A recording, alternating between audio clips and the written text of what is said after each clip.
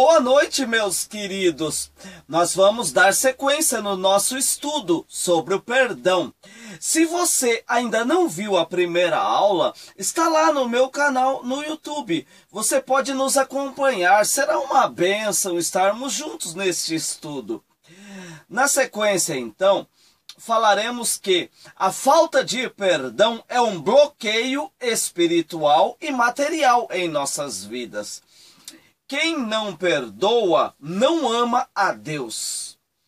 1 João 4,20 diz: se alguém diz, eu amo a Deus e aborrece a seu irmão, é mentiroso, pois quem não ama a seu irmão, a qual viu, como pode amar a Deus a quem não viu?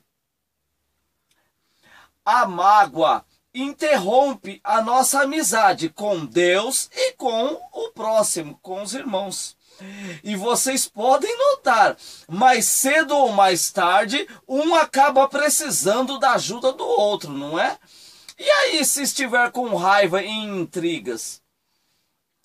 Aqui, meus queridos, ninguém pode dizer, eu nunca vou precisar de você que me magoou. Exemplo disso foi os irmãos de José, que o venderam como escravo no Egito. Depois, passando necessidade, foram no Egito pedir ajuda. E lá estava José como governador. E eles se envergonharam pelo que fizeram, né? Meus queridos, eu quero que você me acompanhe Romanos 12, que nós iremos ver algum desses textos sobre perdão. Primeiro 9 e 10, né? O amor seja não fingido, aborrecei ao mal e apegai-vos ao bem. Amai-vos cordialmente uns aos outros com amor fraternal, preferindo-vos em honrar uns aos outros. Tem gente que disfarça amar, mas no fundo tem raiva, inveja dos outros. E o amor precisa ser de coração fraterno, ou seja, como de irmãos, afetuoso, amigável, procurando elogiar os outros, honrar e não tratar mal. É isso. Agora eu quero ler o verso 14. Abençoai aos que vos perseguem, abençoai e não amaldiçoai. Eu sei que não é fácil, mas nós somos imitadores de Cristo. Então nós precisamos abençoar os que nos perseguem e jamais desejar o mal.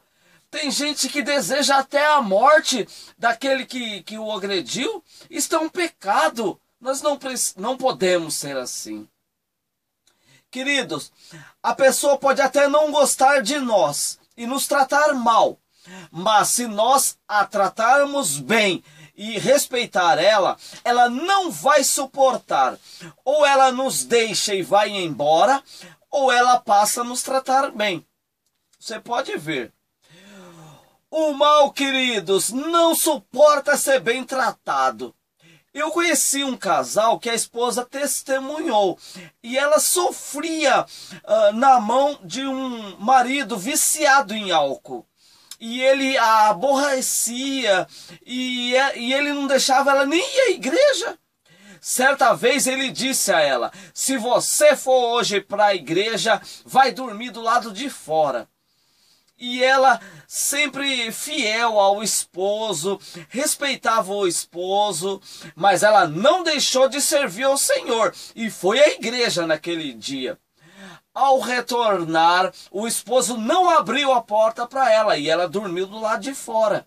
Ao amanhecer, quando o esposo abriu a porta, ela se levantou e disse a ele, querido, eu aguardava você abrir a porta para mim preparar o seu café da manhã. Ao ouvir isso, ele caiu em prantos e disse, por que você me trata bem, sendo que eu sempre te tratei mal? E ela respondeu, o Espírito Santo que habita dentro de mim me instrui a te amar e suportar as tuas agressões e ficar em paz. E ela disse, o Senhor fala para mim fazer de tudo para a gente viver bem e que você se converta ao Senhor. Então ele se converteu e mudou de vida, foi liberto e passou a andar com ela na igreja. Tudo por quê? Porque ela tratava bem ele. O mal não suporta ser bem tratado, queridos. E hoje eles são líderes, glória a Deus, na igreja, né? Vamos ver o verso 15. Alegrai-vos com os que se alegram e chorai com os que choram. Meus queridos, é impressionante, mas é verdade, eu já vi pessoas que se irritam, se entristecem de ver os outros felizes, alegres, em paz, ganhando dinheiro, prosperando. É incrível. E muitos se alegram, sentem prazer no sofrimento, no choro de outras pessoas. Isso é um horror, é uma obra maligna. Nós precisamos sim nos alegrar com os que se alegram e chorar com os que choram. Procurar ajudar, dar uma palavra de conforto àqueles que estão sofrendo e se alegrar com todos que se alegram. Verso 16. Sede unânimes entre vós, não ambicioneis coisas altas, mas acomodai-vos às humildes.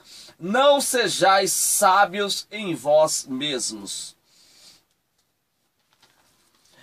Nós precisamos estar em conformidade com todos. Nada de soberba, egoísmo, inveja, orgulho. Nada de a gente querer se sobressair dos outros. Precisamos nos unir com os outros, né? E nós precisamos usar a nossa sabedoria que Deus nos dá para ajudar e não para afligir, humilhar, para se achar mais do que os outros. Exemplo disso foi Salomão. Pediu a Deus sabedoria para servir ao povo, para ajudar. Para isso que Deus nos dá sabedoria, para ajudar os outros. Verso 17. A ninguém torneis mal por mal. Procurai as coisas honestas perante todos os homens. Se alguém nos fizer mal, nós não devemos retribuir com o mal, mas com o bem. Esta é a maior vitória do bem. Devemos buscar coisas honestas, íntegras, corretas. Devemos fugir de rolos, de aborrecimentos, de intrigas. É isso, meus queridos. O verso 18 agora. Se for possível, quanto estiver em vós, tende paz com todos os homens. Então, meus queridos, se depender de nós, nós precisamos fazer de tudo para manter a paz com todas as pessoas. Fugir de intrigas, como tenho dito, irmãos. Nós temos que ser pacíficos, humildes, mansos. Agora o verso 19. Não vos vingueis a vós mesmos, amados, mas dai lugar à ira, porque está escrito: minha é a vingança, eu recompensarei, diz o Senhor. Queridos, nós não somos juízes, também nós não somos capatazes, e nem carrascos nós somos, para fazer o mal contra quem nos ofende, queridos. A regra é não a vingança. O acerto de contas é entre o agressor, ou seja, o pecador, e Deus. Isso não cabe a nós se vingar. A vingança é um mal que nos corrói. O verso 20. Portanto, se o teu inimigo tiver fome, dai-lhe de comer. Se tiver sede, dai-lhe de beber. Porque fazendo isso, amontoarás brasa de fogo sobre a tua cabeça. Aleluias. nós precisamos ajudar o necessitado, ainda que seja um homem mau ou aquele que nos trata mal. Nós, queridos, não devemos olhar o caráter de quem precisa da ajuda, mas sim ajudar a todos. Por fim, o apóstolo Paulo diz no verso 21 de Romanos 12, né? Não vos deixeis vencer o mal, mas vença o mal com o bem. Como já disse, a vitória do bem contra o mal não é a vingança, vou fazer o mal, mas retribuir o bem com o mal feito. O perdão, meus queridos, é graça, a graça de Deus sobre a nossa vida e sobre os nossos agressores. Aleluias. Quero trabalhar contigo outro tópico agora. Dentro da igreja, se um irmão nos trata mal, nos ofende dentro da igreja, o que fazer? Mateus 18, 15 ao 17 nos instrui como tratar com o irmão agressor na igreja. Glórias a Deus. Ora, se teu irmão pecar contra ti, vai e repreende-o contra ti e ele só. Se te ouvir, ganhar-te o teu irmão. Mas se não te ouvir, leva ainda contigo um ou dois, para que pela boca de 2 ou 3 testemunhas toda a palavra seja confirmada. E se não as escutar, dize-o à igreja. E se também não escutar a igreja, considere-o como um gentil e publicano. Então, aquele que nos ofende na igreja terá 3 oportunidades. Primeiro, fale com ele, eu e ele. Se ele não ouvir, leve-o à presença de 3 testemunhas da igreja. Se ainda assim ele não ouvir, leve-o à presença da igreja. Se não ouvir, devemos considerá-lo como um gentil. Gentil seria aquele que não é tido como um cristão fiel. Lógico, ele não pode ser rejeitado da igreja, da irmandade, né? Desprezado, jogado de lado, mas sim abraçado pelos irmãos, né? Só ele não poderá atuar nos trabalhos da igreja, porque ele não se arrependeu, né? Mas é uma vida que Jesus ama e nós precisamos amá-lo e cuidar dele para que ele deixe o pecado, né? E se acerte com os irmãos. Vamos agora ao versículo 21 de Mateus 18 também. Então Pedro, aproximando-se dele, disse, de Jesus, né? Disse, Senhor, até quantas vezes pecará meu irmão contra mim e eu lhe perdoarei? Até 7? Jesus lhe disse, não te digo que até 7, mas até 70 vezes 7. Meus queridos, aqui nesse texto nós vemos que Pedro, ele demonstrou ser um cara muito espiritual, né? Perdoar 7 vezes num dia, mas Jesus, num outro nível, deixou ele de boca aberta. Pedro, não te digo que 7, mas 70 vezes 7. Isso quer dizer, meus queridos, que Deus não está falando que nós devemos perdoar só 490 vezes e depois não mais. Não é isso.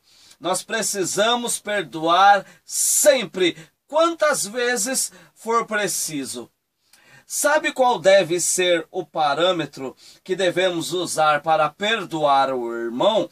O mesmo usado por Deus em nós. Ilimitado. Parâmetro. Olha lá, Colossenses 3:13.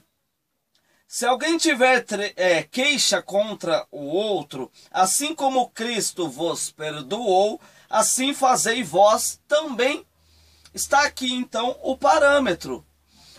Você já pensou se Deus dissesse a nós, você já chegou no meu limite, digamos que fosse 490 vezes, né? Se você pecar mais uma vez, eu não te perdoo, se Deus dissesse isso. Nós estaríamos perdidos, condenados, né, queridos? Já era para nós, né? Fora da presença de Deus e do céu. Mas, graças ao Senhor, que o perdão dele é ilimitado a nós. Aleluias. Amém, meus queridos? Então, com isso nós concluímos mais uma aula. E se assim o Senhor permitir, na próxima segunda-feira, nos reuniremos e daremos sequência nesse estudo. Que Deus o abençoe e o guarde. E até a próxima, se assim o Senhor permitir. Graças a Deus.